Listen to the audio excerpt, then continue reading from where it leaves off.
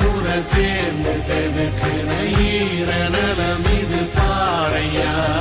வாழும் வரையிலும் நீயும் விதைக்கிற கடமை இருக்கு கேளையா. கோழி விளக்காயேந்தி கிடந்த வீடு இருண்டது ஏனையா. மாட விளக்கா நீயும் வரத்தா வீடு ஏங்கி இருக்குதையா. எத்தனை சாமி வந்ததையா, இது எந்தெந்த சாமி தந்ததையா.